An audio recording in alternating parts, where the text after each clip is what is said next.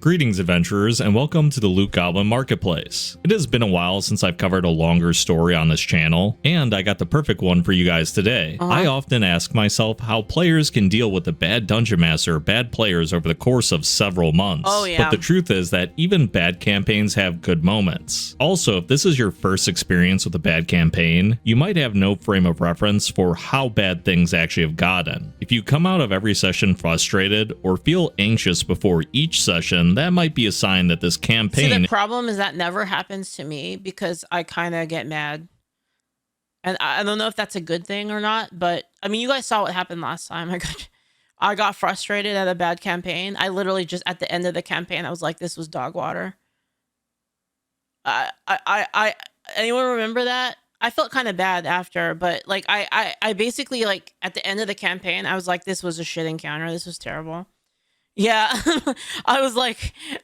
isn't right for you. I always recommend being honest with those at the table about these feelings. There might be others who are feeling the same way. Today's story was submitted to lootgoblinstories@gmail.com and is a three-parter called The Campaign of Nightmares. Let's get into part one, a party of walking tropes and red flags. You emasculated those guys, they cried afterwards? I don't know if they cried. I mean, I don't know. Guys, I'm retarded. That's the moral of the story is I'm retarded and I have a hard time I have a hard time being social, and I have a hard time not saying something if I think that something's bad. Basically, I don't know. I'm dumb. I'm a little dumb. Dysfunction. To understand the fiery wreck of a story I'm about to tell you, and why I went along with it as long as I did, please understand this. All my experiences with role-playing until now had actually been very positive. I had a creative and communicative DM, been around creative and excited players, and we had built stories that we all could enjoy and be a part of, and like most players who start to see red flags, I wanted to make it work and give everyone the benefit of the doubt. I wanted to believe that my Dungeon Master wasn't an uncreative, incompetent railroader who designed us to be players in his story and not a collective story without any real semblance of choice. I didn't realize many of the players were there for themselves and only themselves. I didn't realize that creativity was stifled because roleplay was being tailored to the lowest common denominator players, and that bar was so low you could trip over it. By the time I had run out of patience and my naive bubble was popped, the Titanic was sinking and all that was left for me was to light a cigarette, hum a tune, and watch for the freezing water to rush over me. So sit back, watch the oncoming iceberg, and enjoy. To give you some setup, I had been introduced to role-playing in high school, and most of my friends played predominantly White Wolf D10 based systems. My friends and I were very quick-witted and able to push a story by ourselves if needed, and like most teenagers, I thought this was normal because it was all I knew. I thought that the Dungeon Master plays the bad guys, and he doesn't need to drop breadcrumbs everywhere because everyone is proactive, goal-oriented, and fast-witted. I ended up going to college at a military academy. Here's your issue here. Here's your issue is this assuming that everybody is the same. So the DM plays the bad guys and doesn't need to drop. This is just not a good expectation in the first place.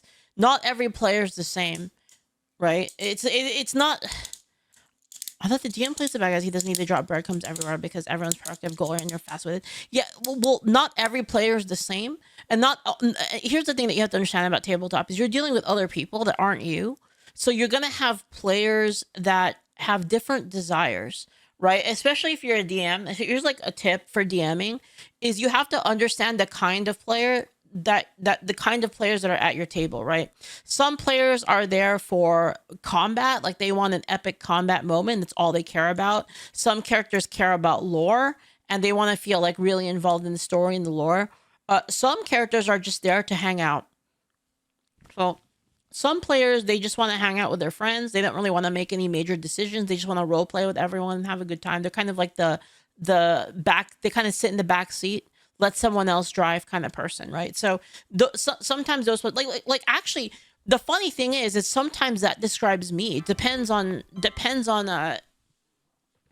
really the time and like where I am in terms of work and fatigue.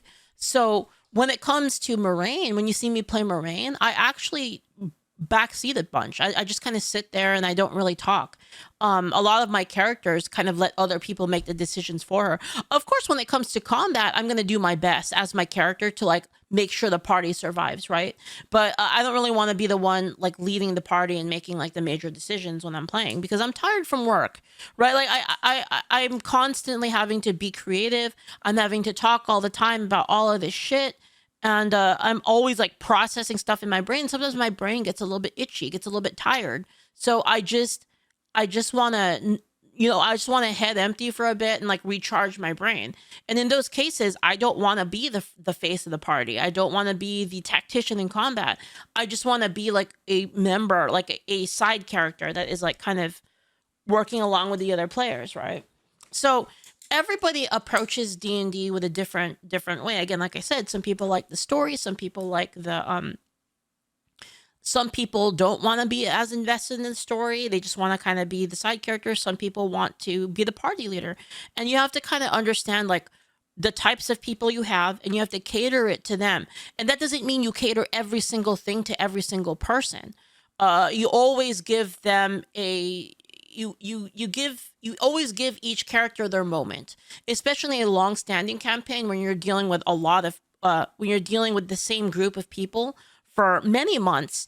You want to make sure that each character's needs are fulfilled in some way. So I'll give you an example, right? I had a character. So in the original Angel Sword campaign, you had Ira, who was like the combat focused, I like to fights person. And then you had, another person named Wiggles, Wiggles was the, I love the lore, I want to be immersed, I want to feel like a wizard person. And then you had Boone, who was kind of sort of like he liked to be involved in the lore, but not as much. And he kind of was just there, right? So anyway, so I'd have an encounter that was like big combat encounter. Then I'd have an arc that was all story and intrigue for Wiggles, right? And that's what I mean is like I would shift the thing for each person. It's like one arc would be catered towards one player, then the next arc would be catered towards another player. Sometimes I would run an entire combat that was like that was lore based. So like I had one combat where they had to break the shield, and the wizard was like, well, how do I break the shield? So there was basically a person that was in a shield, and they had a very powerful divine arms that was fighting them, right? And the divine arms was like regenerating. It was like self-regenerating, and it was like really hard to fight. But they were like, if we kill the user, then we don't have to worry about killing the divine arms. We could just kill the user, right? So they were trying to figure out how to break his artifice. He had like an artifice that projected a shield around him. And in order to break it, the wizard had to spend their turns hacking the device. And so I had set this up specifically for that player.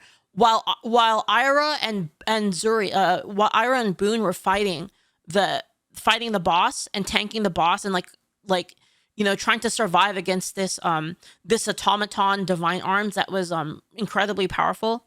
Her name was Shelly. That divine arms. She's actually in Angel Sword now. That divine arms automaton is actually mixes divine arms from the guild. So if you know the girl that has like the overalls and the pink hair, yeah, she has a automaton divine arms named Shelly. But anyway, so while they were fighting, Wiggles was playing a completely different game where he had to decode these puzzles that the creator of the artifice had as like a security mechanism. So he was basically hacking the thing through a series of puzzles.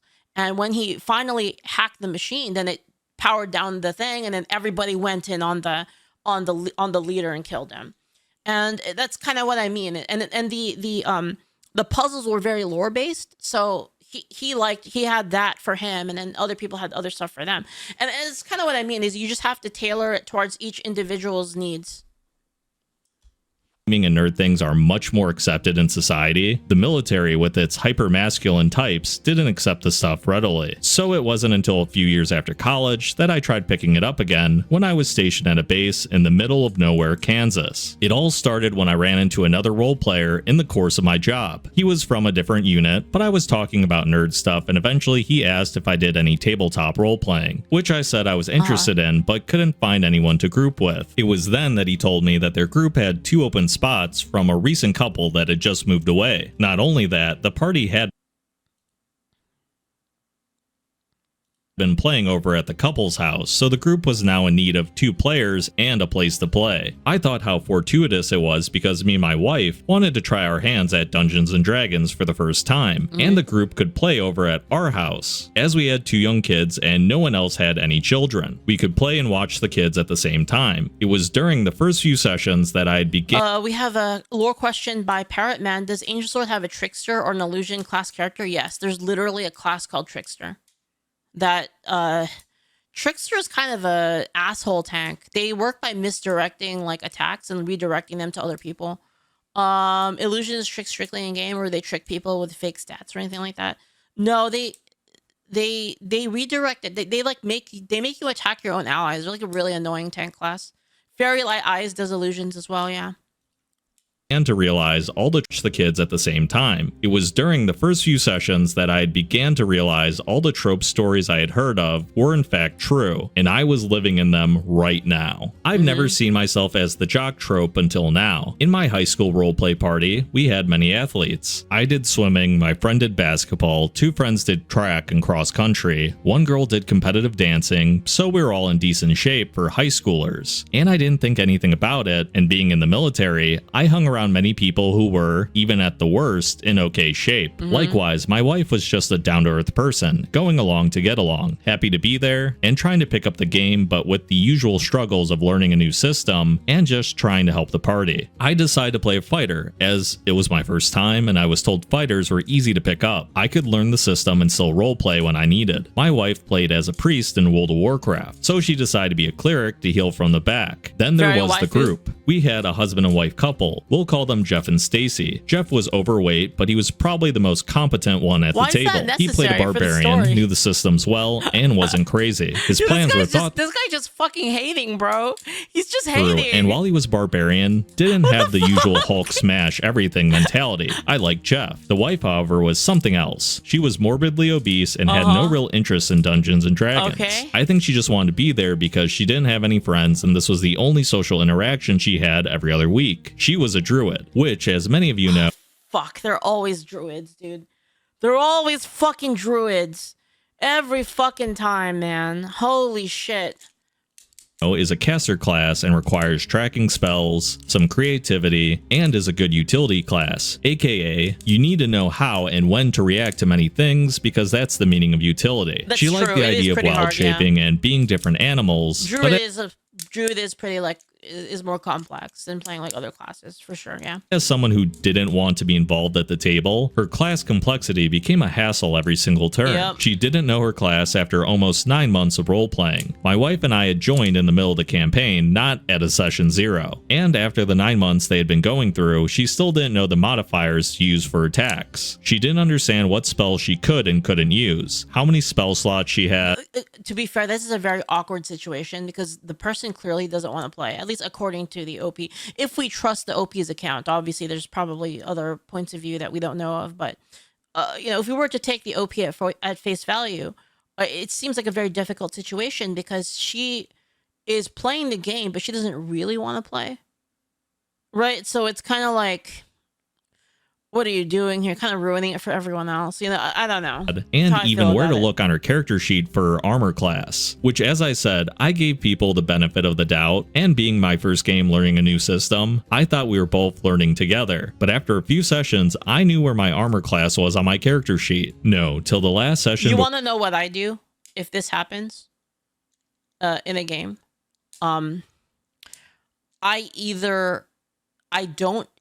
There's 2 things you can do. One, you can balance the difficulty around them if you absolutely need to have them.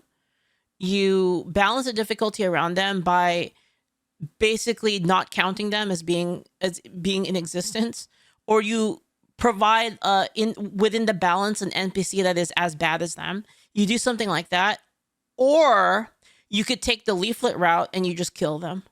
I just kill them. I kill him. I said, well, you sucked. Sorry. You know, I don't know what you want. You failed too many times. You're fucking dead. Right? For her dissolvement, she didn't know what her armor class was. She didn't know what number to add for an attack, and half the time... And it's like maybe the next time you say, well, oh, I didn't want my character to die. Well, I don't know, maybe make an easier character. Make an easier character next time. And then, you know, try to like learn how to play. Ask people at the table how you should play. You know, like, I'm not gonna cater them most of the time, right? Unless like I'm going into it like with that in mind. Like if I'm going to it with in mind where there's like where the party is like, hey, Leaflit, you know, we've got this player and they're like kind of bad, but you know, like they really want to play, and you know, I would really like to play with them. So can you like, you know, can you like balance it a little bit around it? Okay, sure, fine, whatever. Fine, okay, sure. Yeah, sure, true. I'll do it for you, right? Right. But if I'm not to be reminded to roll a D20. If that wasn't the talk before the campaign, you're fucking dead, basically. To attack. It still boggles my mind to this day how people can go almost 2 years and need to be reminded to roll a d20 for an attack they have done well over 200 times by that point. She had to be helped every turn by Jeff, who tried fruitlessly to teach her how to play a druid. Well, to be fair, what if she's just retarded? Like, that could be another thing, right? What if she's just dumb? What if, like, 20 is just too complicated?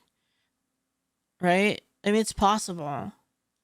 How do I know that she didn't know what her armor class was? Because she had to ask her husband every single time she was attacked. She would tell Jeff things like, I want to do that spell with the thorns. How do I do it? And for the 50th time, Jeff would fruitlessly tell her how to cast, what spell slots were, and even how much damage to roll because she couldn't be hassled to read a book. This attitude... Yeah, that's annoying, yeah. I'd be pretty annoyed. If you really wanted them to be in your party, though, what I would have done as a DM is I would have been like, hey, there's these flashcards that'll help you. These, like, spell cards, you can, like, buy these, and then, like, these will help you out. And or if you were, like, her husband could have done it, right? If her husband was actually, like, really competent, as the story claims, that the husband was competent, he should have bought her the flashcards. He should have done his job as a husband, and, you know, if he wanted his wife to play, he should have done his job as a husband and bought her the flashcards and taught her. Disinterest in the game eventually began to drag. He shouldn't make his wife's problems everyone else's problems at the table, in my opinion. Entire party down. She would bring buckets of food with her for her and her husband to eat. He should have put a shock collar on her and then trained her. So every time she asked what dice to roll, he would just shock her, you know? Like, yeah, he should have just done that. He should have went the Hassan route, I think. But she'd end up eating 75% of it herself, which I'm not here to insult her for eating at the table, but like so many of these horror stories, if it was just eating food, it wouldn't be an issue. She had to sit at the end of the table and took up the entire end of the table with her character sheet and food. Fuck. She would drop food onto the floor and be unable to move to pick it up because her mobility was hindered, and her husband would rush and clean it up. The room smelled of whatever she brought, and the sheer amount was stacked. Fuck. Okay, this sounds fucking awful, actually. Okay, you know what? At first, I was kind of like, why you judging? You know, at first I was like, how is this even a part of the story? How is this part of the tabletop story? Like, who cares what they look like in real life if you're talking about Dungeons and Dragons? But you know what? Fair. It kind of does factor into the story. Okay, fair enough. You know, at first I thought you were being a little harsh when it came to... see, me too, Goblin, me too. ...the food, but the last few lines kind of sold me on it. You are hosting, they only brought food for themselves and their husband, they're taking up a good chunk of the table, it's giving off an odor that's distracting, and she's regularly distracted at the table, partially because of eating. True. Maybe she's even on her phone. Clearly she doesn't want to pay attention to how to play the game, so if everything's grinding to a halt and food is the main distraction, I'd be a little bitter about it. That's true, again. Should have just played Angel Sword RPG. Right, that's right. Angel Sword RPG.angelsword.com. Check it out right now. Free to play RPG. At the end of my RPG horror story as well. You know, even as I'm talking right now, I'm reading ahead to see what happens next, and I'm horrified. So let's just jump right into it, because this goes hand in hand with the food, apparently. She would fart often and think that by saying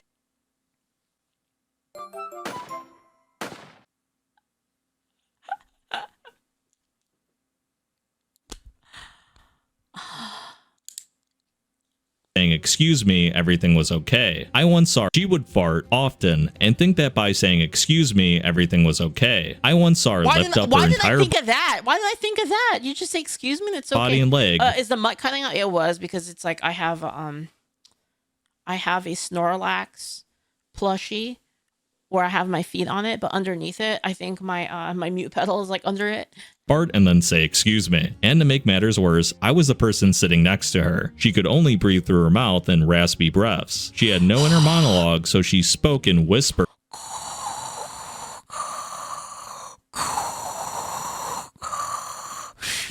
loud enough for me to hear, and would more than once in a session try to play the "this game has too many numbers, go easy on me" card, and whine when people, rightfully so, got fed up with her inability to learn the game after a year of role-playing. The next player at our table was Kevin. Kevin was the "this plan is totally gonna work" trope. He was also sadly the archetype of a neckbeard, overweight, ingrown neck hairs, graphic shirts that didn't cover his belly the entire way, and had special dice for all situations. He played a sorcerer and was so buried in the player's handbook that his mind always thought of the craziest, unlikely situations in which his spells could do things they clearly could not do. There's nothing wrong with that. There's nothing really wrong with that. Like, if people want to try, it's the whole point of tabletop is that you can always ask the DM if you can use your spells in some kind of unique, interesting way.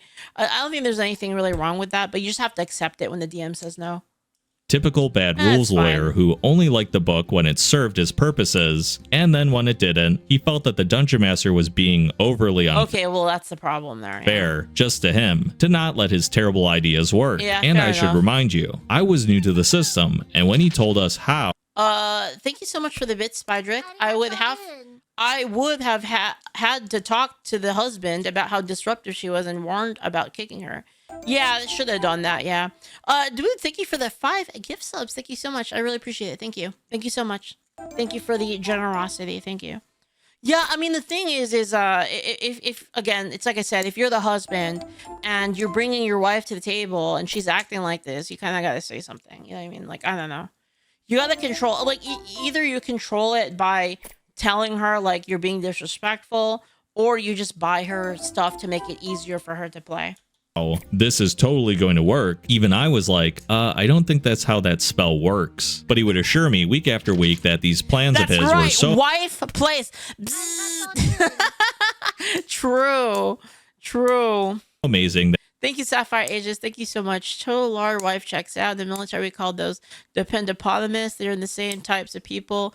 Just leeching off the system with an EBT and snap. Well, I mean, to be fair,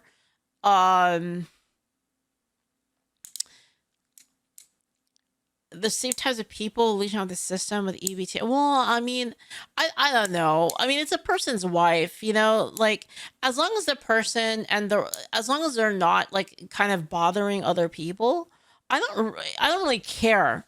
You know what I mean? Like, I don't really give a shit, to be honest. Like, the problem here is not that she's fat. The problem is that she's acting like an asshole. Like, yeah, that she's acting like an asshole and bothering everybody at the table. That's the problem. That they just had to work. Worse yet, it was like 3 levels deep of planning. Suggestion to force shopkeepers to give us their wares, and then charisma roll his way past the guards to letting it slide. And if that didn't work, he'd use invisibility to take the shopkeeper's wares and fly out of there, and it would totally work because if they couldn't see him, then there wouldn't be any suspicion of an adventuring party that just came to town. Quickly followed by shopkeeper's wares that mysteriously went missing. At first, I thought it was a joke. In my previous role-playing experiences, my friends and I had come up with weird plans, but we also always knew that they weren't designed to be pulled off flawlessly or without multiple rolls, which could fail. Well, you know what I do here is if people do these fucking psycho crazy plans to try to get some free shit in the game, I just put them in jail. Yeah, your character's in jail, and then you got caught, you're in fucking jail. It's over. And the entire plan would be torched. No, this guy totally thought his plan was foolproof, that every spell would work exactly as he wanted, and the world would respond the way he thought they should. It should be no surprise to you that every single time they failed, at first I thought it was a joke. Like, nobody could be this foolish to think this could work. He did, and he never wanted to tell the... Put it this way, it's not unrealistic for in a world where magic exists that a shopkeeper would have some precautions against magic users stealing their shit. Obviously they would, otherwise commerce would not exist in the world. Dungeon Master prior about what he intended to do. I think this was partially because deep down he knew that they wouldn't work, and he wanted the pressure of being in the moment that the Dungeon Master would cave to his whims because the game was going on. But the Dungeon Master never let it happen. So this guy would complain as if the Dungeon Master was the meanest person in the world because he didn't go along with his crazy plans, and now he'd have to think of an entirely new plan and how the Dungeon Master could be so heartless. I will say at first it was annoying, but by the end I looked forward to. Yeah, you want to know what I do in that case? I just kill him. I just kill him. Yeah, your plan didn't work. Yeah, you're dead. It's dead. I literally just did that last week. This interplay. Kevin would tell the party how way cool and awesome his plan was, and knowing he would never change his mind no matter how much we told him it wouldn't work, I began to encourage him, saying I think it would work. Then I'd secretly smile and laugh when his plan utterly failed to materialize like the 20 plans before it. Spider, thank you so much for the bits. Murder hobos are not known for their intelligence or wisdom. Yeah, natural selection, you know? That's why there's not many murder hobos, right? And I'd see him flail at the table to come up with another plan. Okay, that's a little bit toxic, but honestly, I'd probably do the same thing. Assuming he doesn't cry and moan too much during the session and just quickly moves on to another plan. This can be more fun than it is annoying. These aren't the only two problem players at the table, but so far, I'd much rather have someone like Kevin. Then we have Kyle. Oh, Kyle. Kyle was the guy who brought me to the game in the first place. He seemed like a reasonable guy, cunning, witty, and I realize, told you what you wanted to hear. Kyle was a wizard and an edgelord manipulator. Whereas Kevin was a bad rules lawyer, Kyle was a good one. He knew what spells could and couldn't do. His creativity was actually useful, but he played the game for himself. It's also important to note right now that Kyle was friends with the Dungeon Master. They were both in the same unit and had known each other for years. Compared to Kyle's scheming, Kevin was tame. Kyle didn't have grandiose plans that were destined to fail. He played the slow game, and as he was friends with the Dungeon Master, Kyle knew the play style, the safe boundaries the Dungeon Master was and wasn't willing to tolerate, and so he always pushed the boundaries to get what he wanted without going over. Well, I don't see what's wrong with that. There's nothing wrong with that. Kyle knew the game inside and out, but he also knew that it was okay if one person slightly abused rules and situations. But if more than one person did it, then the Dungeon Master would start cracking down. So Kyle kept his secrets. I mean, that's wrong. You shouldn't like give your friends like kind of preferential treatment like that. Yeah, close to himself, especially with just other players at the table. It's really annoying. It makes the other players feel like they don't matter. I had a game like this. It's like I said, I played in the worst fucking tabletop game I've ever played in. It was this edgelord scenario, and I was playing this priest, and I asked if I could play a pixie, right? And they said no, you can't play it. You can't play any special races, only the races that are in the book. And I was like, oh, okay, yeah, no problem, man, no problem. I'll play an elf, right? So I played an elf, and then I get to session 0, right? I get to session 1, and it's like, you're here with your party. And then like the DM's friend comes out playing a bugbear, and I was like, bro. I was like, excuse me? He's like, yeah, he's playing a bugbear. I was like, oh, okay. Whatever, bro. Right? And then it makes everybody feel really upset when that happens. As a new player, I want to understand the game, but the more I ask... You want to know what happened in that campaign? I died because a giant spider fell on top of me, and then I failed my dex save, and the spider just killed me instantly. Yeah, that was the game. It was like we walked into a room that was like completely we walked into a room, and I said, okay, I look around for traps, I look in all directions. And then the DM was like, oh, you don't see anything. I'm like, okay. Well, the party walks forward. This giant spider falls down on top of you. Roll dex save. And I was like, okay, roll dex save. Everyone roll dex save. Oh, you failed your dex save? You're dead. You took 200 damage. And I was like, thank God. And I fucking left. I was like, thanks, peace. This game was fucking shit. Well, actually, I didn't peace out right away because I was kind of curious to see like how they would deal with the giant spider. And you want to know how they dealt with the giant spider? The bugbear friend, the bugbear best friend of the DM, pulled out an axe made out of gore. It was made out of meat and entrails, and it summoned a gore whirlwind and killed the spider. Yeah. Yeah. That's what happened. And I was like, yeah, I was like, you know what? Thank God. Thank you for killing my character. And I just left. Yeah. The more It's cagey awful. answers I would receive. If I Actually, Ira played with me in that campaign. Ira was playing with me, and Ira left before me. Ira actually like played the first session and was like, yo, Leaf, this is bad. This is fucking bad. And I was like, yeah, but I want to give him a chance because, I never get to play because I always DM. I never get to play. And Ira was like, okay, well, you know what? I feel that. I totally understand, but you're gonna have to do this one alone. So like Ira dipped out, and so I was left alone in this party, and then I died, and then Ira was like, damn, that was pretty funny. And I was like, Master would start cracking down, so Kyle kept his secrets close to himself. As a new player, I want to understand the game, but the more I asked, the more cagey answers I would receive. If I asked him how he's getting a guard to let him in through the back door, he would just say things like, oh, I have my ways. And it wasn't until later I realized he was slipping papers to the Dungeon Master on what he was doing so he wouldn't let others at the table know. I found out he had made a notebook entry for every level up each class he played would take to be optimally efficient, in which he was trying to do. Honestly, I had to give it to the guy that he did know the game better than most, but what made him bad was he wasn't a team player, and his low-key disgust for Stacy and Kevin flared up more than occasionally. Then there was the Dungeon Master. We'll just keep him as DM. He has traumatized me, and still to this day, I am sensitive to the red flags caused by him. Like many people here, we don't want to be DM. I don't blame people who don't want it, as it takes a special kind of person to be one. You don't understand. Like so if you're a player and you've never DM'd before, you come to the table, the session starts tomorrow at this time. You come to the table, and you're ready to play. You're excited for like a nice 5 to 6 hour session. You don't understand that the DM spent more than 5 to 6 hours setting up for that 5 to 6 hour session. And that like the DM was already playing the game before you even got there for the entire week. Yeah. But man, did this guy railroad things. When I see a conductor on a train, I think of this guy. While the party was bad, the guy made me hate the game. That is until I stopped caring, and then the game became amazingly fun, as you'll find out. I know I keep coming back to my original experience of good players and good DMs, but when things are good, you take them for granted. You think that this is the way that things should. This is the sad thing about it too, is like, as much as I really love tabletop and I want a lot of people to get into tabletop, if you get a bad party, you get a bad experience, dude, I feel like a lot of people can be turned off from tabletop thinking it's terrible because they have one bad experience. It's really hard to find that magical group of people where everything clicks and the DM clicks and everything's like perfect.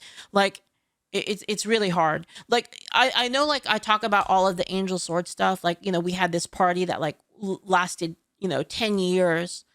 We played together for like 10 years of like tabletop or whatever, right? But it wasn't always like that. People came and went. There were some players who were only there for a couple sessions. Like for instance, the original party of Will of the King actually had one more player. There was a fourth player actually, who is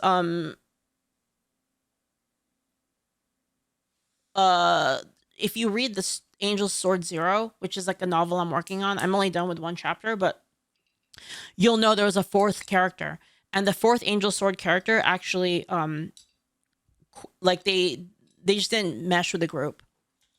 Should go because it just makes sense. Dungeon Masters should be creative, engaging, and you as players should be creative, fun, and engaging as well. And now is my favorite power couple in every good RPG horror story, which is the Dungeon Master who's very controlling, but they have that one close person, be it their wife or in this case, a close personal friend, that gets to get away with everything, while the rest of the party only gets to do the approved actions that the author DM has ordained as appropriate, well ahead of the session. With the cast like that, I know we're in for a treat. The story hasn't even started yet, so let's begin. For the first few sessions, I was learning the game. I didn't know what I could and couldn't do, so I was treating the game as more open world exploration. My previous DM could change things on the fly with little effort. If you were going to have a battle in town X and you ended up going to town Y, no biggie. You'll have the battle there instead. Yeah. The battle, and that's another thing that's a very good DM technique right there, is if you have something planned and the players derail it, you just do the exact same thing, but you just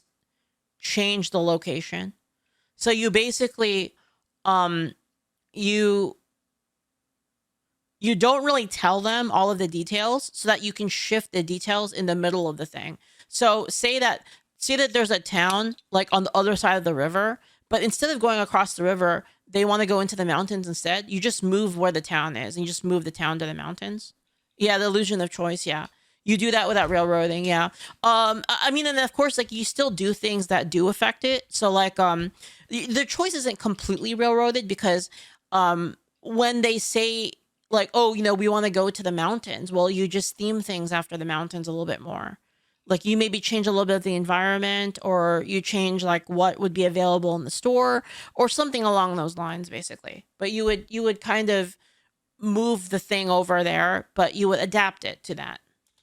Still happens. The town names might change, but with a little creativity, you're running pretty much the same story without even knowing Exactly. it. Oh no, It's not good this technique. DM. See, he knew exactly what everyone would be doing that session. There would be no forks in the road, no options. There was only a single hallway. This caught me off guard at first. I was used to castles that had rooms, layers that had a layout. Heck, By the way, this is exactly why Moraine is set up the way it is.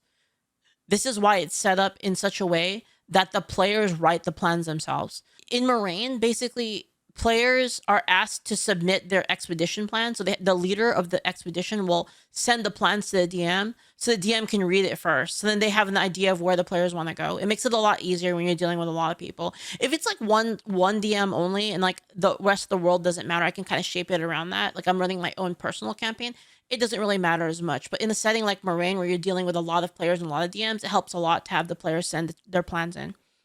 even caves that had rooms off the main passageway. He might have a room branch off a hallway, but it was only for an item he deemed you needed and you couldn't go further without it. The doors, how I hate the doors. The DM never noticed or maybe cared that they were practically playing an on-rails RPG. He thought he was the most creative person in the world, and he showed it by having riddles and puzzles with answers so obscure that no human being would get them. And he made sure there was only one way to answer it. A magic lock? No spell can break it. A wooden door? Sorry, your strength roll of a nat 20 with a +5 strength modifier doesn't break it. There was almost always some stupid trick to do it, and nothing else would work. Then after 20 minutes of failing, he'd get pissed that we as a party couldn't figure it out with all his obtuse clues that he thought were so obvious, but weren't. Then finally, he'd reveal his made-up answer. I remember one time I pulled the visor card from the deck of many things, which gives you the answer to your next dilemma, and he changed his dungeon so that the next puzzle door was impossible to solve without it. The way he made it sound was he was desperate for me to use the card because he was afraid I might use it on one of his really cool, aka stupid, puzzles. And Then like, why give them the card then? I don't know. he didn't want me to get the answer to it too easily. If you're wondering the dilemma in question, we came to a door with a bar on it, and the way to open the door was you had to intentionally fail a strength check to lift the bar. And by intentional, you had to make it known you were intentionally failing it. So even if you tried lifting it and rolled a 1, because you didn't state out loud, I intentionally fail my check, the bar would not lift. And that is how so many of his really cool puzzles went. Not only did he railroad us, which frustrated me to no end,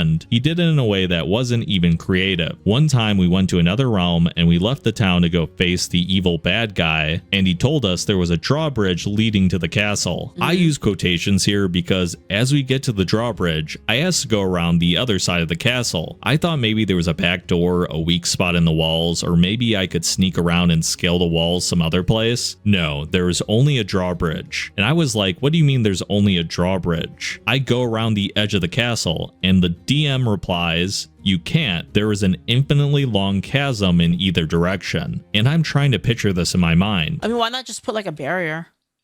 You know, just put like a magic barrier. How or is there an something like that. infinite chasm? And then I said, fine, let's see if we can scale the wall and avoid the bridge. He replied, no, you can't. There's an infinitely high wall. So now I'm trying to picture this in my mind. A demon realm with an infinite chasm and an infinite wall. So yeah, you put like fucking alligators, like giga alligators in the thing, right?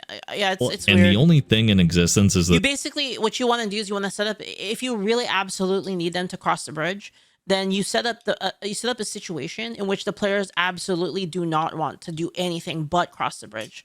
So rather than telling them they can't do it by some arbitrary like just saying like you can't do it, or making up some, like, you make the players themselves decide that it's a bad idea.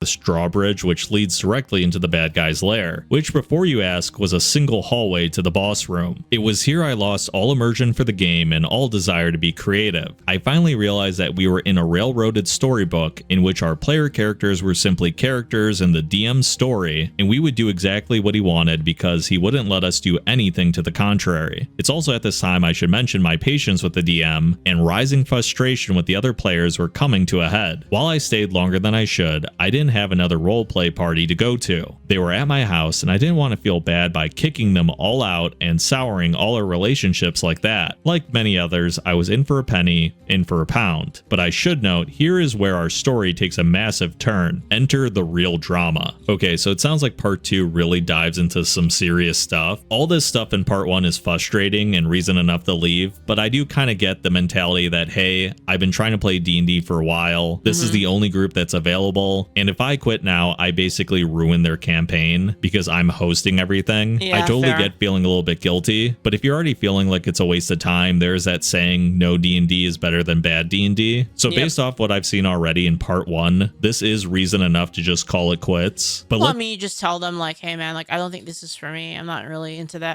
it, and I don't want to ruin the group. So I'm gonna have to say like I don't want to join anymore. I don't know. You just talk about it. let's see what real drama means in part 2. The DM's house of cards comes crashing down, railroads, riddles, and returning. As if you can't already see all the red flags converging for a multi-car train wreck about to pile up, there is something else I need to tell you about the DM. The DM, as I learned, was hyper-possessive of loot. No towns had any magical items. The book that says cities should have some magical items, yeah, not this city, or any city for that matter. In fact, I began to realize Ron at Leaflit, that there was nothing to Already, loot besides okay. from defeating the big boss, ever. If there was any furniture, it was bolted to the ground. No silverware, no cups, Let me try to finish this as fast as I can then, Rana. plates, tapestries, desk supplies, nothing. Castles with empty walls and empty rooms, when there was any at all. You go into a room, there's a stone altar and the MacGuffin on it, and nothing else. Torches welded into walls you can't take. Armor of fallen enemies would crumble in your hands. Steel, leather, it didn't matter. You don't get to loot any of the enemies. They were demons and ghosts and undead that would evaporate after defeat. When you defeated a big bad Okay, there's really nothing wrong with that, I think, because it gets a little crazy when there's so much shit that they can carry. guy, I kind of the agree with DM that would a little inform bit. each character what magical item The items are not really worth that much. Or what I like to do is I like to tokenize it. So like if they get like, say they're looting like goblins, I would just say like you get this amount of value worth of random goblin shit, basically. Or rather than saying you get a goblin sword and a goblin shield and a goblin bow and a goblin, I just say like you get like a pile of goblin shit that's worth this amount of money. Yeah, basically like a junk loot. Yeah.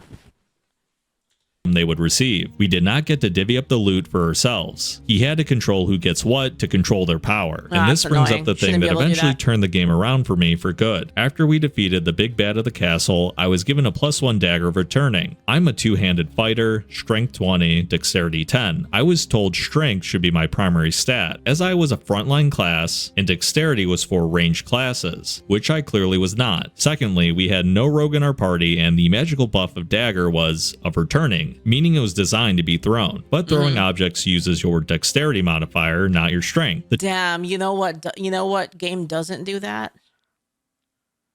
Damn, you know what game that doesn't fucking have that shit? Oof. Angel Sword RPG. Exactly. DM effectively gave me a magical item I had zero use for by design. It meant I didn't get any more powerful in the game and therefore couldn't go rogue somehow in a way he couldn't fully be in control of. I was unhappy as I knew the DM could have given me something else, which meant it was intentional, and I had began to have it with the DM. Remember, listeners, players will put up with a lot of BS, but if you mess with— Is there an Angel Sword and Angel Sword? Yes. The Angel Sword are the four swords, the four great divine arms. The four great sword divine arms are the angel swords. their loot, that's when they'll turn on you. It was at this time I started to actively not have fun. I wanted gold, I wanted loot, and I wanted control back of my character, and this meant for the next month I was at odds with the DM. It was also at this time something clicked for me. When we had originally made our characters, he wouldn't allow any evil line character. Pretty normal, but also no neutral characters unless you were lawful neutral. And I began to I think those are fair though. Okay, so I have kind of a hot take here. Well, I don't know. I don't like to have characters that are gonna fuck with the party, basically. Like anytime you have a character, a person that's like, but I wanna play an evil character. I wanna play chaotic neutral. I'm just like, okay, listen, if you wanna play that, you better not betray the party. If you betray the party, I kill you. Basically. If you do anything to betray the party and fuck everybody over, you're dead. Like, and like, as long as like it's your responsibility to decide. It's your responsibility as a player who's playing like an evil character or like a chaotic neutral character. It's your responsibility to come up with your reason for not fucking over the party. And if you fuck the party over, you're done, basically. pretty normal, but also no neutral characters unless you were. And it's kind of like being able to play an evil character like properly. Dude, it's kind of advanced, honestly. A lot of characters are a lot of players are absolute crackheads when it comes to playing an evil character. Again, ask a lore question. If we gather all 4 angel swords, do summon Captain Angel Sword? No, you can only use one, actually. You can only use in Angel Sword, you can only use 1 Divine Arms, with a few exceptions of sub Divine Arms. Like some lower level Divine Arms will allow you to use 2, but Divine Arms are jealous, basically. So if you use 1 Divine Arms, you try to use another one, then they won't like you for the Divine Arms itself won't like you and will reject you, basically, for being a slut. King Leslie then says, are there literal fuck spiders? And if not, are we gonna add them? I mean, Dulcinea is a fuck spider, I'd say. The Thunder says, is there an advanced class for the Culinaria? Not yet. I'm working on it. There yonder is. Well, Divine Arms just they expect loyalty, basically. So it's like if you have a Divine Arms binded to you, and basically it's possible for you to get a Divine Arms weapon and be unable to wield it. So like if you have a Divine Arms that doesn't what's the word? It doesn't accept you, or it doesn't have synergy with you, you can't use it. Lawful neutral, and I began to see why. See, in his mind, he could easily manipulate good characters into risking their lives for 0 benefit, like some righteous. It's the reason why someone can't just steal your Divine Arms and use it. It doesn't work that way. Paladin who wants to fight evil because it's evil, and is just happy that good has been done in the world. Think of it like a Kyber crystal, almost. You know, there's like a sort of personality behind the Kyber crystal. It's kind of like that a little bit. To fight evil because it's evil, and is just happy that good has been done in the world. This would allow him once again to control giving out any loot or gold to us, as our payment for risking our lives was a job well done, and occasionally a single, mostly mediocre magic item. I realized this when I started demanding golden compensation from our employers, which started to tick him off extremely. The new campaign was going to be helping dragons save the world. You know, dragons, those creatures with hordes of gold that live hundreds of thousands of years hoarding gold, and canonically so powerful that you don't mess with them because they have tons of powerful artifacts. Yeah, those dragons. We were supposed to help the dragons of all different colors, and as a thank you for saving the world, we could gain a power of a dragon that would give us a single breath weapon for 2d8 damage to be done once per day. Also, we would be under the thumb of the dragonflight as a consolation prize. I quickly said I was good, and I'd take gold and a magic item instead. This set the DM off. I had scorned what he felt was an amazing deal to get to be like a dragon and how cool it would be, and he did not want to give us anything else. It was at this time he tried to do the, you're good so you have to do this and you can't say no or ask for anything in return. This is when I almost had it out with him. He then tried to pull the, so do you want to play the game or not? I told him that's totally fair though, to be like, this is the quest. Okay, so here I kind of side a little bit with the DM, because the DM's like, here's the quest, this is the prize for the quest. Do you want to do it or not? You say no. Okay, well, you're not doing this quest then, right? Like I don't know. Like that I did want to play, but my character, despite being neutral good, still didn't see it as wrong or evil to ask for compensation for putting my life on the line, even if the world. But then again, it is kind of, you can say, well, can I negotiate with the dragon? Okay, fair enough, right? But then if you say and the dragon says no negotiations, then you're like, okay, well, I guess I'm not doing the quest. Then where are you gonna go? Nowhere.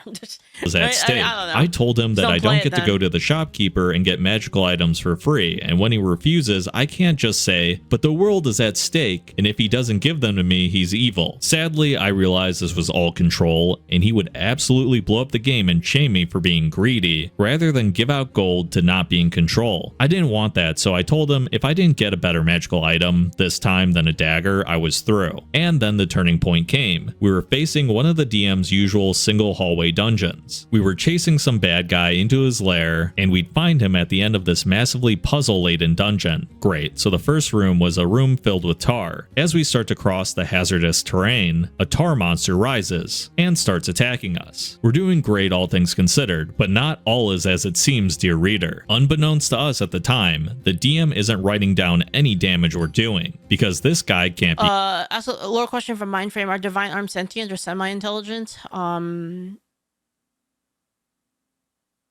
answer. Killed. It depends. It depends on the divine arms. Because that's not his solution. It's not that he couldn't have just made another tar monster had we killed this one, he just wouldn't let us solve it any other way. He just says our attacks don't seem to be making any dent. So we start to retreat. My fighter is running back and I have the best idea. I would get to use my dagger of returning. Any damage is better than no damage. I throw it at the tar monster, 2 damage, and the DM says, it doesn't return to you. It's stuck in the tar. I can only think in his brain he was somehow pissed I had actually found a way to use this dagger in a way that was funny and relevant. I informed the DM the dagger comes back because it's a dagger of returning, and the DM says no, it's stuck, and it was at that moment my patience broke and I lost it. I started yelling at the DM. I was done with this. Vita says, does that include divine arms that we're getting on 100 or Fortuna's Wheel of Fortuna? Yeah, was it said to be a divine arms or an astral? So there's two kinds of divine arms. There's the divine arms and child divine arms. Some people have child divine arms in Moraine. I don't think anyone has an actual divine arms, like, of the players. This shouldn't be the case, because divine arms they're astral relics are different than divine arms. Astral relics, like, are not the same. They're kind of like lower level.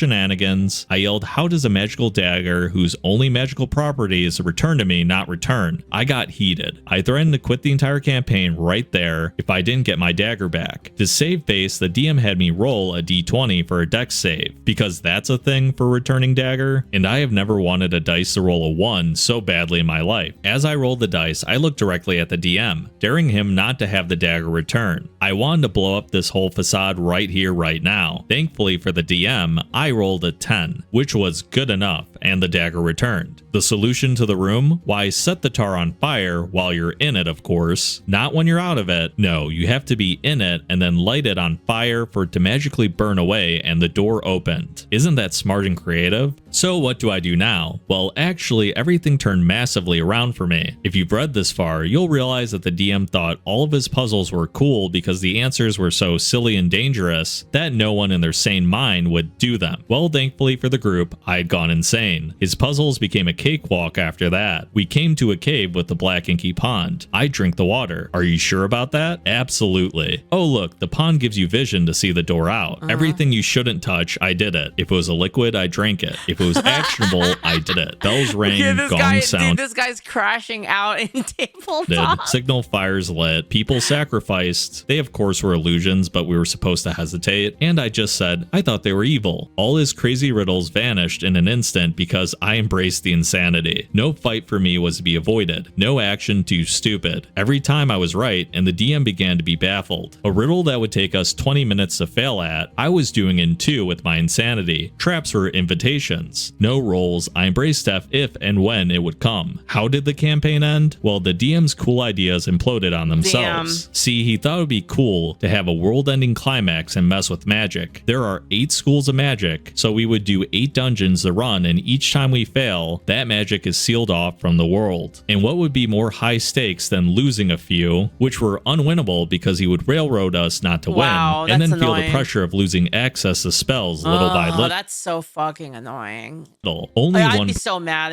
if I were playing in this. Problem. See, part of his railroading was he would frequently teleport the big bad out when dude, if this happened to me, I would be crashing out. You saw how I crashed out for less before.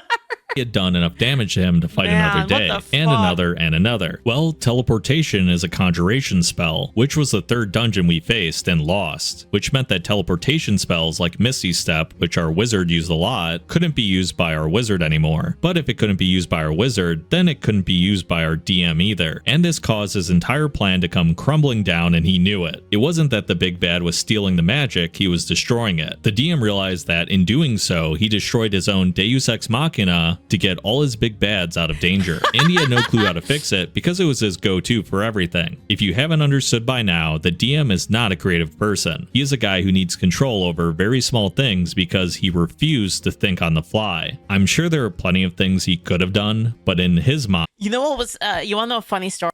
I'll tell you guys a funny story, like real fast, but I don't really have much time, so I'm gonna be real fast about it. You know how Helvetica almost died?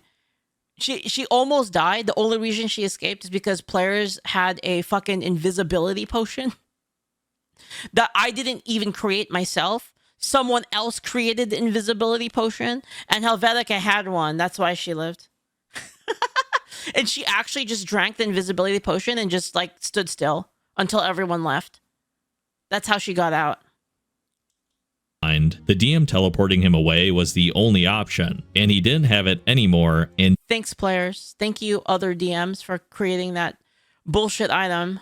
Didn't know what to do. So we got halfway through the 4th dungeon. He literally stops the session and says, "Guys, we have to stop. I messed this up. I can't finish the campaign the way I wanted. I've messed up. The world is too bad to fix, and we can't continue the campaign." And just like that, it was over. Except it wasn't. You know, hilariously enough, I really respect the Dungeon Master here because he railroaded the campaign so hard that when it restricted his own actions, he just accepted it like a champ. At least this guy isn't being hypocritical, right? Yeah, true. Like the author said though, there are hundreds of ways that this could have been solved. In fact, maybe the 3rd dungeon is the first time the party realizes that they can undo something that the big bads are doing. And yeah, it gives the big bad the ability to teleport again, but as the Dungeon Master, you want that. It would be really interesting to see how the party weighs trying to restore the first 3 schools of magic. DMing is all about creative storytelling, and then when something goes the way you don't want it to, trying to find a creative solution to like steer things back onto course. Yeah. Versus defending the remaining 5 schools of magic, kind of like a back and forth where there's no right answer. This would probably result in the party favoring stuff that the wizard they have in their own party uses, so they can keep it for the final battle with the big bad. And yeah, this Dungeon Master would hate that level of player choice, but if you're truly not creative enough to come up with another solution, just give the wizard back their Misty Step so you can have your big bad get his teleportation back. That's honestly a super fair trade. Let's see what happens in this part 3, which is called Disaster, Destruction, and Divorce. The TPK you didn't see coming. Here's the finality of our tale, my friends. How the campaign from hell exploded in a fiery ball, we all went our separate ways, and I don't look back. So after the last campaign imploded, we had to start a new one. Well, as I said before, I was in the military, so it just so happens that I was slated to deploy soon after the implosion. I would be gone for months overseas, and that meant they want a new spot for the group, at least for the time being. Well, one thing I want to say, by the way, is I'm gonna be really sad when Helvetica dies, because I every time I make these silly NPCs, I kind of like them a lot, and I get sad every time one of them dies. Even the bad guys. I know everyone wants to kill Helvetica. She did kill a lot of people, but like Kyle, I our manipulating narcissist wizard, had a wife. His wife had met mine, and they'd gone to be friendly and even hung out a few times out of the party to watch movies, go shopping, and just hanging around the house. After she might be a retard, but she's my retard. After I left, it was proposed his wife take my place to be our 6th. My wife loved the idea, and his wife, let's call her Sarah, didn't seem to mind. Sarah was halfway between my wife and Stacy when it came to the game. game. It didn't seem to be her cup of tea, but she liked my wife, wanted to roll dice, and tried to pick up the game as best as she could. Kyle was helping her along while also low-key putting her down when she messed up. Sadly, Kyle, as will be relevant in just a bit, would make mocking sounding compliments. Not too bad for your character. I'm surprised you thought of that. Good job. Your plan came through for a change. How nice. Most of the time I paid it no mind because I was very often not the target of it. I had leaned somewhat on Kyle in the beginning to teach me how to do stuff, and he saw I picked it up rather quickly, so he didn't mind giving me pointers so long as it didn't threaten his— You guys want to see how Vedic go real fast? Look at this. What do you think, chat? Is she cute? What do you think, chat? Do you like her? Would you be sad if she died? You can fix her? Yeah, I think so too. I think so too. power with the DM. However, he cranked it up to 11 with his wife. She was an attractive girl, and they had married in their hometown before he had enlisted, and they started moving around with the military. It is not unusual for attractive girls to have few options in their hometowns and start seeing the wide world once their husband joins the military, and I can only guess him putting her down was to keep her in his pocket so as to not wander elsewhere. In addition to his narcissism, while on deployment, my wife told me about this, and when I had gotten back from deployment, I saw it firsthand. And then disaster sadly struck for Jeff and Stacy. They lived in an apartment on the 6th floor. A fire had broken out on the 5th floor apartment below them. It burned up the 5th floor apartment and theirs. Bad tabletop manners aside, no one wants anyone's house to burn down with their belongings. This, however, ended up being a fire that burned down everything in the group too. If you recall in part 1, I said how Jeff was overweight and Stacy was morbidly obese. Well, because of the fire, Jeff and Stacy had a massive impact on their life, as you can imagine. Not just impacting where they slept, but also they had to move out the belongings that weren't burned up and move them to a new place, which they didn't have immediately. And due to Stacy's mobility issues, she couldn't help Jeff at all in doing anything. She couldn't sort through their belongings, couldn't pack, couldn't carry, and didn't know how to get another place to live. Stacy didn't have a job to my knowledge. I can only guess Jeff was being a good husband by staying with her. And when they weren't role-playing with us, they spent time talking, watching TV, and eating. I tried helping Jeff move some of his things, but I couldn't take time off work, and Jeff was left mostly to do everything himself. This was the last straw for Jeff. He had had it out with Stacy. He came to gaming alone for the first time ever that I had seen. He didn't want to talk about where Stacy was. His usual level-headedness was not there, and the table was getting more tense with Kyle's low-key berating of Sarah. My wife was trying to build her up because she rightfully felt insulted by her husband in front of other people. Why are people like this? Like your husband and wife should be like your best friend. Why do you act like this to them?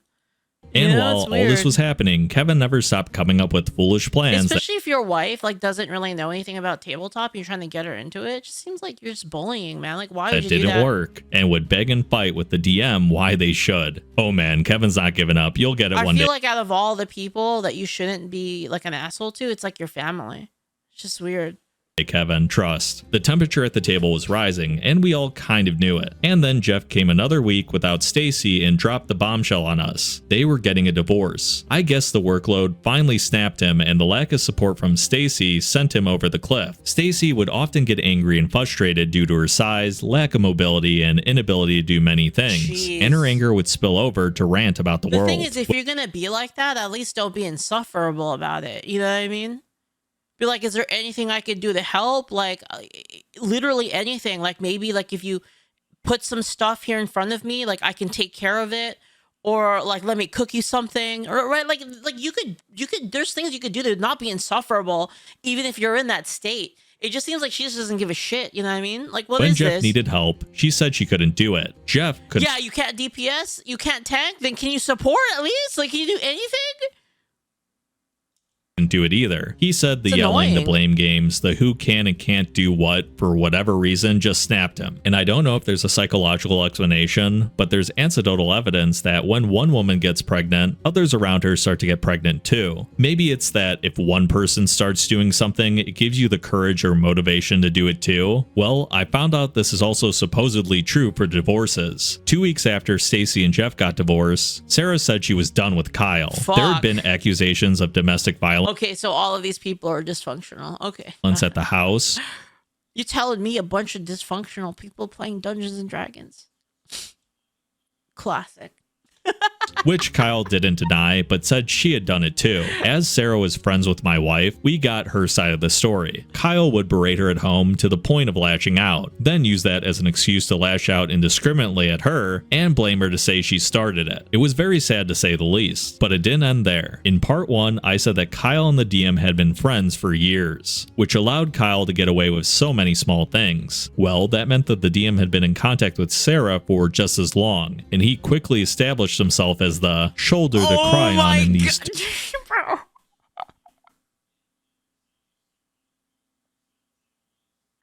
This guy is okay. To be honest though, as much as Kyle is an asshole, this guy is even more of an asshole. The DM is even more of an asshole.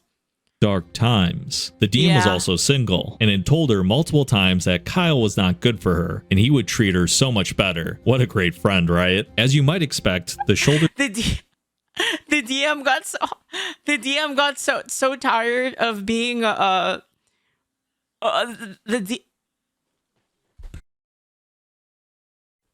gonna give it a bit, chat. to cry on rapidly became the boyfriend, and from what I think, marriage. I don't truly know, as I didn't stay in touch long enough to find out. Jeff divorced Stacy, Sarah divorced Kyle, and the DM got with Sarah. Sarah stopped talking to my wife despite her reaching out. The entire party disbanded within a week, and that is how the campaign from hell ended, in dysfunction and disarray. It would be another 7 years until I found another D&D group to be a part of, and now I carry the faint scars from that time with me still. God. So next time you have a session, raise a glass and drink one for me as we toast to a successful time. And Kevin, just stop. Your plans are never going to work. You see, Kevin really wasn't that bad compared to the other ones in the end, right? You know, when you mentioned real drama, I wasn't sure what to expect. Not only did we have a situation where a DM railroaded themselves, we also experienced an in real life TPK. I'm really glad to hear that your marriage survived, even though the other two didn't. In real life TPK. That's not usually something I even think about being a possible outcome. Oh my god.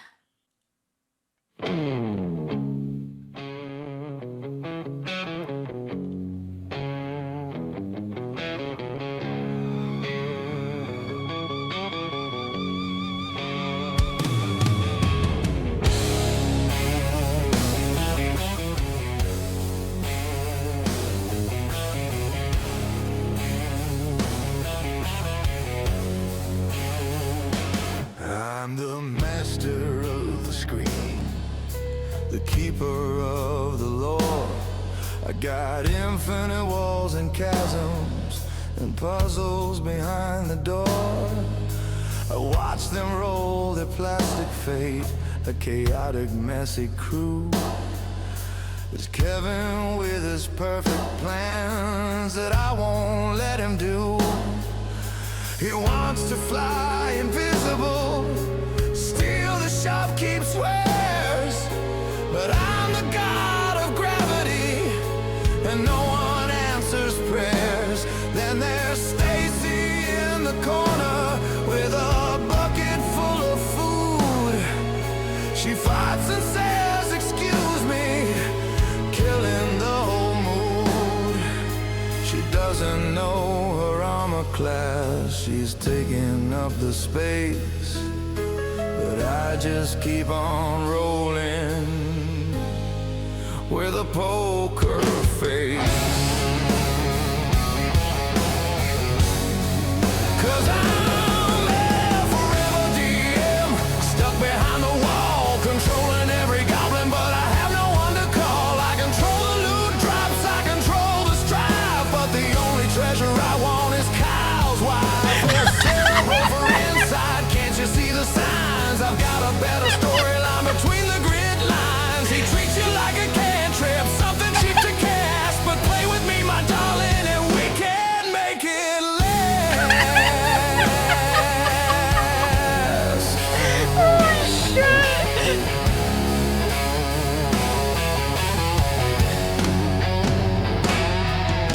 They whine about my puzzles, say the answers are too obscure. You have to fail the strength check, of that I am quite sure. They fight the tar monster, they say it won't go down. I tell them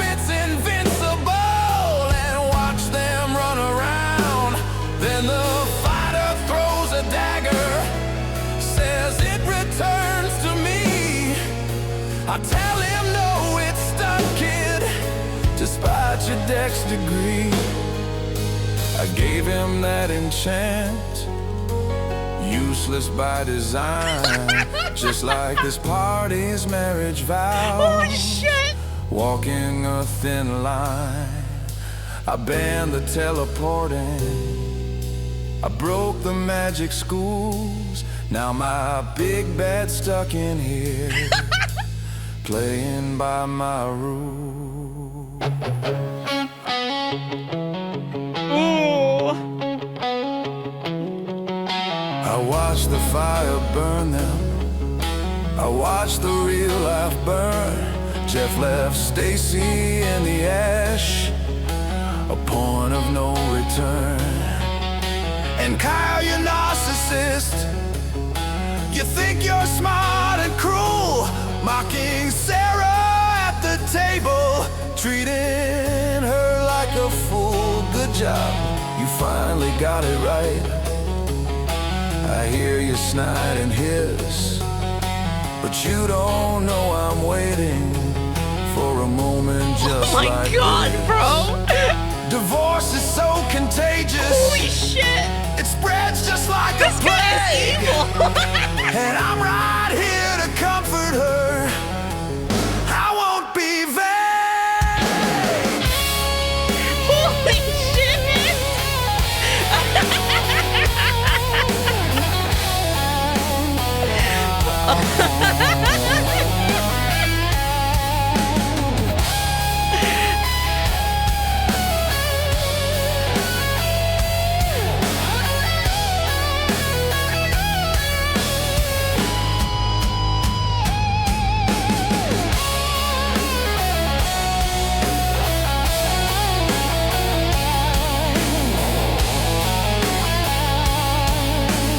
This is so dirty.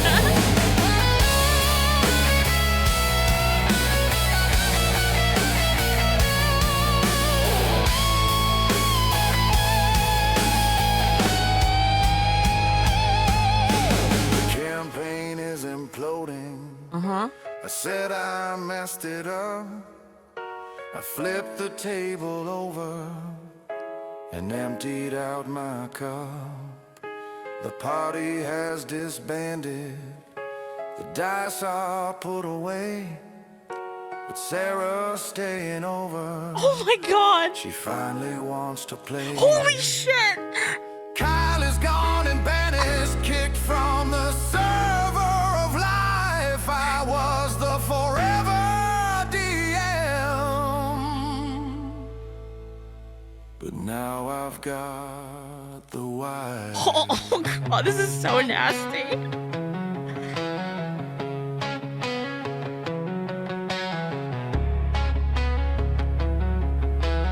Roll for initiative, Sarah.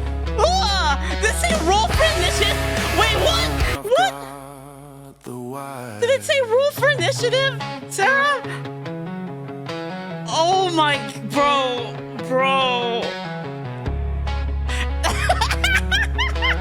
Roll for initiative, Sarah.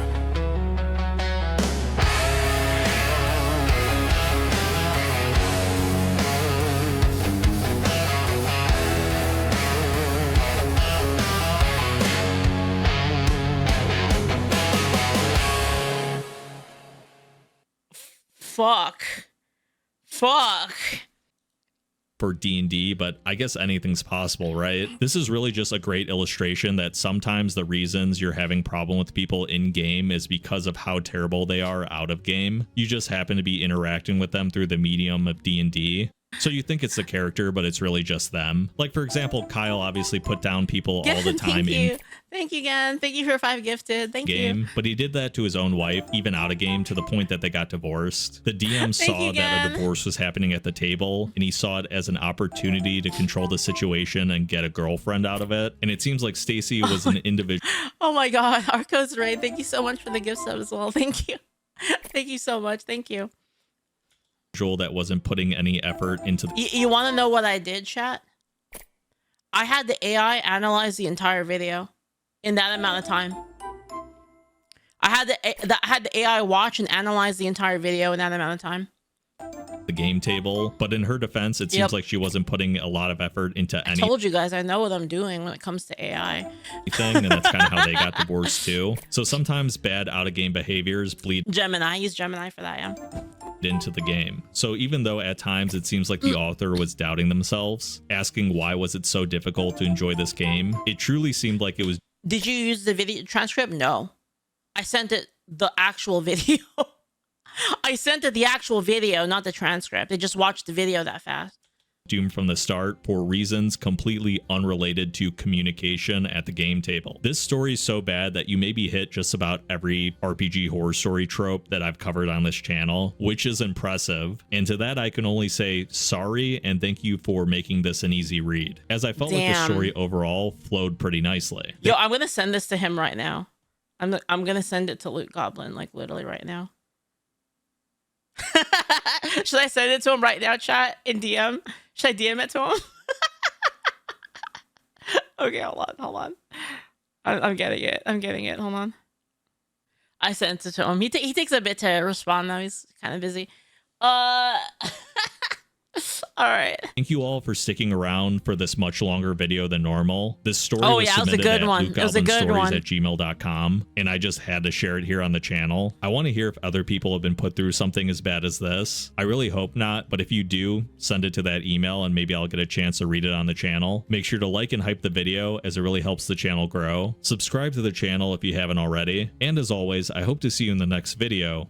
Farewell for now. I wanted to give D&D Dice a shout out, my favorite dice shop and where half of my paycheck goes to every month. They've got a lot of options, including their original 11-piece dice sets that they call the King of Crits series. Be sure to use the code Loot Goblin to support the channel at dnddice.com, or you can just click the link down in that video description and it'll be added when you check out with your favorite dice. As an edgelord myself, my favorite collections are the Plague Doctor and Blood Hunter 11-piece sets, which I use alongside their Tomb of the Lich dice tower. Anyways, back to the video. Very cool. Very cool. Love it. Love it. I'll send you guys the video if you guys want to check it out. Loot Goblin Marketplace. Highly recommend if you love tabletop stories. Loot Goblin also a really cool dude. And it's like I said, he's a very based individual. I love talking to Loot Goblin. So come check it out. Give him a sub. I highly recommend.